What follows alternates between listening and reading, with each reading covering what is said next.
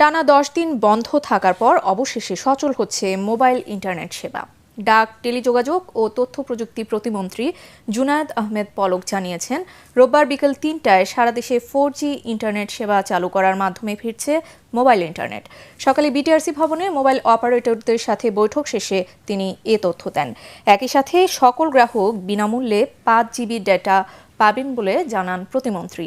কোটা সংস্কার আন্দোলন ঘিরে সৃষ্ট সহিংসতায় টানা 5 দিন সারা দেশে ইন্টারনেট সেবা বন্ধ থাকার পর গত 23 জুলাই রাতে ব্রডব্যান্ড ইন্টারনেট সেবা চালু করা হয়, তবে মোবাইল ইন্টারনেট বন্ধই ছিল।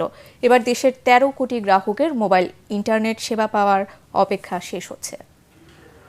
আমরা সিদ্ধান্ত গ্রহণ করেছি আমাদের বৈঠক শেষে যে আজকে বিকাল 3টার সময় আমরা আমাদের মোবাইল নেটওয়ার্কে 4G ইন্টারনেট কানেক্টিভিটি আমরা পুনঃস্থাপন করতে পারবো ইনশাল্লাহ, এবং বিকাল 3টার পর থেকে সারা দেশে মোবাইল নেটওয়ার্ক 4G পুনঃস্থাপন করা হবে ইনশাল্লাহ, এবং তার জন্য প্রযুক্তিগত সহায়তা আমরা সবসময় দেব।